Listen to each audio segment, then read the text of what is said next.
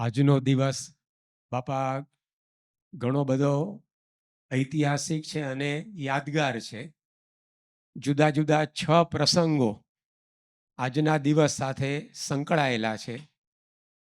એ 6 પ્રસંગોના આધારે આજે આપની સાથે અમે પ્રશ્નોત્તરીનો લાભ લઈશું. આપની સામે બાપા ટીવી મૂકવામાં આવ્યું છે, તો એમાં પણ આપને જુદા જુદા દ્રશ્યો દેખાતા જ હશે. સંતોને પણ સ્ક્રીન ઉપર દેખાશે. એના આધારે આ પ્રશ્નોત્તરી આપણે આગળ વધારીશું. આજે બાપા પહેલી સ્મૃતિ 1980ના વર્ષની છે.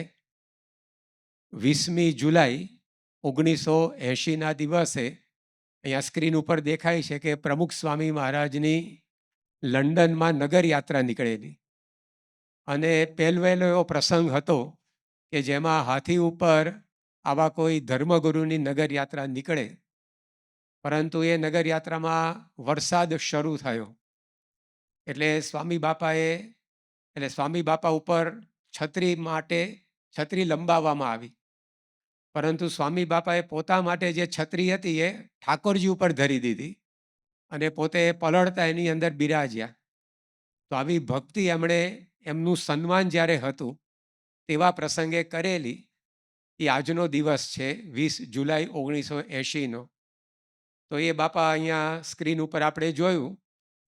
આપે એમનો વારસો જાળવ્યો છે અને આપના જીવનમાં પણ સ્વામી એવી ભક્તિ અમે જોઈએ છીએ. અહીંયા બીજો ફોટો દેખાય છે, એ ભાવનગરનો છે, તારીખ 3 ઓક્ટોબર 2018. આ બાપા આપનો જન્મ જયંતિનો દિવસ હતો અને આપ ઉતારામાંથી સભા મંડપમાં પધારો ત્યારે સુંદર રથ તૈયાર કરેલો. એ રથમાં ઠાકોરજી માટે પણ સારું સિંહાસન હતું, પરંતુ આપે કહ્યું કે ઠાકોરજી મારે હાથમાં રાખવા છે, કારણ કે આપ માનો છો કે આ સન્માન ઠાકોરજીનું છે, આપણું નથી. તો આપે ઓશિકા ઉપર પણ ઠાકોરજીને ન રાખ્યા, જેથી હળદા ન આવે, અને આપ હાથમાં અધ્ધર રાખીને ઠાકોરજી સાથે બિરાજ્યા. તો જેમ સ્વામી બાપા એ સન્માનમાં પણ ભગવાનને કદી ભૂલ્યા નહીં, તો આપના જીવનમાં પણ એ ભક્તિ જોવા મળે છે. તો બાપા એના આધારે અમે આપને પૂછીએ છીએ કે આપ આટલા સમર્થ છો, આપને લોકો આટલા માને પૂજે, રોજ આપના ઉપર 10-15 સંદેશા એવા આવતા છે કે આપના આશીર્વાદથી મારું કામ થઈ ગયું, તેમ છતાં પણ આપના જીવનમાં મહારાજ વિશે આટલો બધો દાસત્વ ભાવ કેવી રીતે રહે છે? ભગવાન સીમા જ નથી. પલ પલ પલ પલ. હવે એમની આગળ આપણે શું ગણતીમાં. બીજો પ્રસંગ બાપા 1985નો છે. અહીંયા સ્ક્રીન ઉપર આપને દર્શન થાય છે. પ્રમુખ સ્વામી મહારાજની સુવર્ણ તુલા 20 જુલાઈ 1985માં થયેલી. આપ બાપાને હાર પહેરાવો છો, આપ બાજુમાં ઊભા રહીને સ્વામી બાપાના ગુણગાન ગાવશો. તો આ રીતે સ્વામી બાપાની સુવર્ણ તુલા એ લંડનમાં થયેલી. પછી આપ સ્વામી પ્રમુખ સ્વામી મહારાજની સાથે ઉતારે આવવા માટે નીકળ્યા. તે વખતે જે આપે જોયું એનું વર્ણન આપે પુસ્તકમાં લખ્યું છે, એ પણ અહીંયા સ્ક્રીન ઉપર દેખાય છે. આપ એવું કહો છો કે સ્વામી બાપા એકાગ્રતાથી, ઉત્સુકતાથી, બહુ જ ધીરજથી પત્રો વાંચી રહ્યા હતા. સુવર્ણ તુલાના કેટલાક અભિનંદન પત્રો હતા, જે જોવા જોઈએ તેને તરત બાજુમાં ખસેડી દીધા. અભિનંદનનો એક પણ પત્ર જોયો નહીં. સ્વામી બાપાને તો હરિભક્તોને માર્ગદર્શન આપવામાં વિલંબ ન થાય, વાટ ન જોવી પડે, તે જ ભાવના. કેવી રીતે એમને રાજી કરી લઉં, દુઃખ ટાળી દઉં, મારી સેવા થઈ જાય, ભક્તિ થઈ જાય, એમ માનીને સ્વામી બાપા પત્રો વાંચતા હતા. તો સ્વામી બાપાનું આવું સન્માન થયું, પણ એમને તો હરિભક્તોની ચિંતા, એટલે સન્માન પછી તરત જ પત્રોમાં એ પોતે પરોવાઈ ગયા.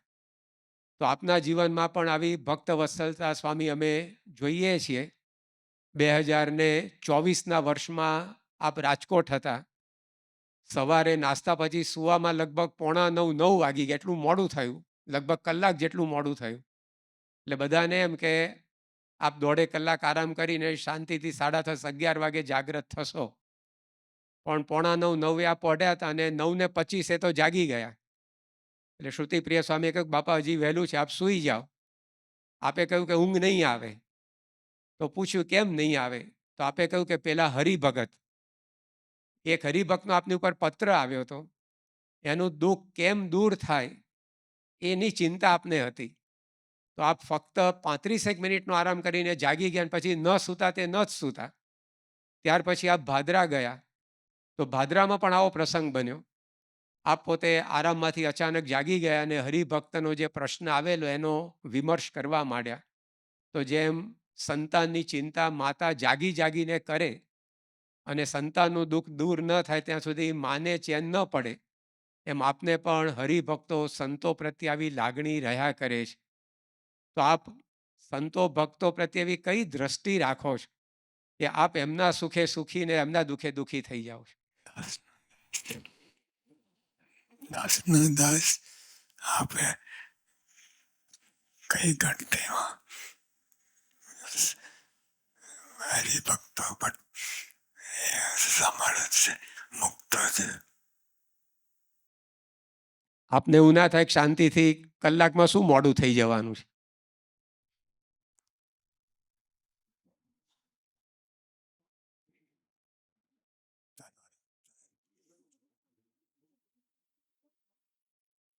સ્વામી ત્રીજી સ્મૃતિ છે અમેરિકાની પ્લેટિનમ તુલાની.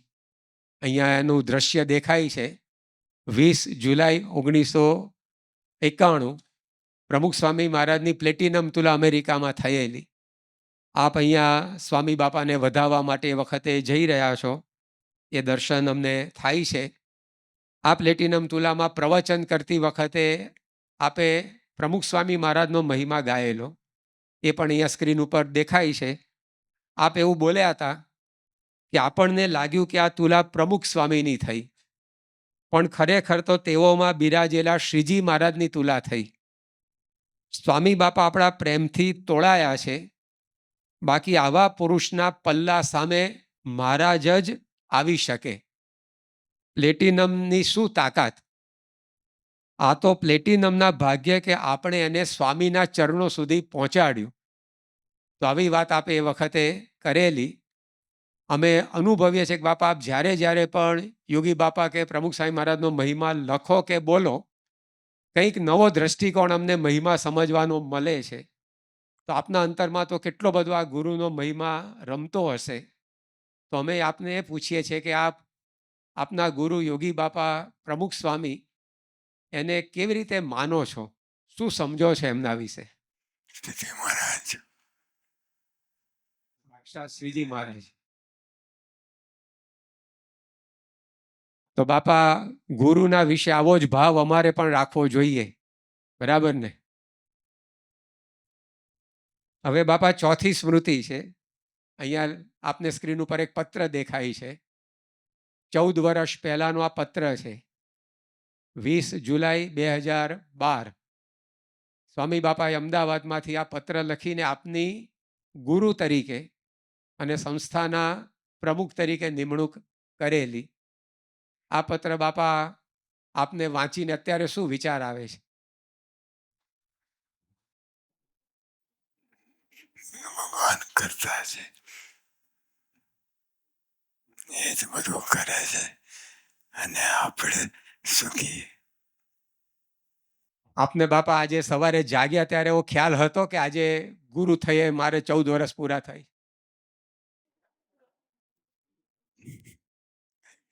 તો બાપા આપના જીવનની અંદર આપને હંમેશા પોતાની વાત આપ ભૂલી જાઓ છો અને આવું અનુસંધાન રહેતું જ નથી. તો આપને કયું અનુસંધાન કાયમ રહે છે? મહારાજ અક્ષરને પુરુષોત્તમ, એ બે જ કાયમ આપને યાદ રહે. બાપા અહીંયા એક હવે આપ ગુરુપદે બિરાજ્યા એનો આ પત્ર બાપાએ લખ્યો. હવે જે કંઈ અમે આપને દ્રશ્યો બતાવીશું આપના ગુરુપદ બિરાજ્યા પછીના છે. એના આધારે અમે આપના વિશે વિશેષ જાણવા માગીએ છીએ. આ બાપા દ્રશ્ય દેખાય છે એ 14 સપ્ટેમ્બર 2024 મુંબઈનું દ્રશ્ય છે. આ પોતે પગરખાઓને પગે લાગતા હતા. હરિભક્તોના પગરખા બાપા જોડા એ બધા લાઈનમાં ગોઠવેલા. તો આપ એને હાથ જોડીને પગે લાગ્યા. એટલે સંતોએ પૂછ્યું કે બાપા કેમ પગે લાગ્યા? તો આપે કહ્યું કે લાઈનમાં ગોઠવેલા છે અને હરિભક્તોના છે. મહિમા સમજ્યા. તો બાપા પહેલી વાતના આધારે અમે આપને પૂછીએ કે બધું આમ પરફેક્ટ હોય કામ એ આપને બહુ ગમે છે. ભલે જોડા જ પરફેક્ટ ગોઠવ્યા હોય તોય ગમે. પણ અમને વિચાર એવો આવે છે કે હવે જોડા જેમ કાઢીએ તેમ એને એકાંતિક ધર્મને શું લેવા દેવા. આપણું કામ લફડ જફર કરીએ પણ આપણે મૂળ તો એકાંતિક ધર્મ સિદ્ધ કરવાનો છે. તો આવી નાની નાની બાબતોમાં પરફેક્શન રાખીએ કે ના રાખીએ ના ચાલે. પરફેક્શન એટલે બધામાં પરફેક્શન જોઈએ. એકાંતિક ધર્મ તો મોટી વાત છે પણ આમાંય રાખવું તો પડે જ. કોઈ પણ સેવા અમે કરીએ એમાં. પછી બાપા હવે એક આપને 14 જૂન 2022 અહીંયા દ્રશ્ય દેખાય છે. પ્રમુખ સ્વામી મહારાજનો શતાબ્દી મહોત્સવ ઉજવાવાનો હતો. એની પહેલા જે નગરમાં તૈયારીઓ થતી હતી તે નગરની તૈયારીઓ જોવા માટે આપ આ દિવસે મંદિરેથી નગરમાં જવાના હતા. તો સંતોએ આપને મંદિરેથી નીકળતા વાત કરી કે બાપા આજે આપણે નગર જોવા જવાના છીએ. તેમાં એકાદ વાર ઉતરવું પડશે ગાડીમાંથી, એટલે કે આપને ભીડો પડશે. તો આપ બોલ્યા કે 4 વાર ઉતરીશ કે એક વાર શું કરવા. તો આપને એટલો ઉત્સાહ હતો આ રીતે સેવાનો, સૌને આ રીતે આગળ વધારવાનો એ વખતે જોવા મળ્યો. તો આપની ઉંમર એ વખતે 91 વર્ષની હતી. તેમ છતાં પણ આપને સતત ઉત્સાહ આજે પણ જોવા મળે છે. તો આપના જીવનની અંદર ઉંમર વધે ને એમ ઉત્સાહ પણ વધે છે. તેનું શું કારણ છે? મારા સ્વામી મળ્યા એટલે ઉત્સાહ વધતો જાય છે. અમને પણ સ્વામી, મારા સ્વામી તો મળ્યા છે, આપ તો મળ્યા છો, તો અમારે ઉત્સાહમાં કેમ ચડ ઉતર થયા કરતી હશે? મહિમાની કમી. શું સમજવાનું મહિમામાં? મહારાજ મળ્યા એવું સમજવાનું. તો કાયમ ઉત્સાહ રહે. પછી આપ બીજી બાપા અહીંયા તસવીર દ્રશ્ય દેખાય છે. 18 ડિસેમ્બર 2022 એટલે કે પ્રમુખ સ્વામીનો શતાબ્દી મહોત્સવ ચાલુ થઈ ગયો હતો અને રોજના લાખો માણસો આવતા, મહાનુભાવો આપને મળતા. એટલે પ્રવૃત્તિ ખૂબ હોય, આખો ઉત્સવ ચાલતો હોય આટલો મોટો. પણ આટલી પ્રવૃત્તિ વચ્ચે પણ આપ ઉતારામાં સમય મળે ત્યારે માળા ફેરવવા બેસી જાઓ, પછી પુસ્તક વાંચવા માટે બેસી જાઓ. તો પ્રવૃત્તિ અને પરાભક્તિ આ બંનેનું બેલેન્સ આપના જીવનમાં આજ દિન સુધી અમને જોવા મળે છે. ઘણીવાર અમારે બાપા પ્રવૃત્તિ આવી જાય તો વાંચન માંડ માંડ થાય, જે નિયમનું હોય એ પણ એક્સ્ટ્રા તો થાય જ નહીં. અને આવી રીતે 5, 15, 25 મિનિટ માળા ફેરવવી એવો તો વિચાર પણ ના રહે. માંડ માંડ પૂજા પૂરી થાય. તો આવી પ્રકારે આપને તો અમારા કરતાં આનંદ ગણી પ્રવૃત્તિ છે. તેમ છતાંય આપનું આવું ભક્તિનું અંગ પણ મોડું પડતું નથી. આવું બેલેન્સ આપ કેવી રીતે રાખી શકો છો?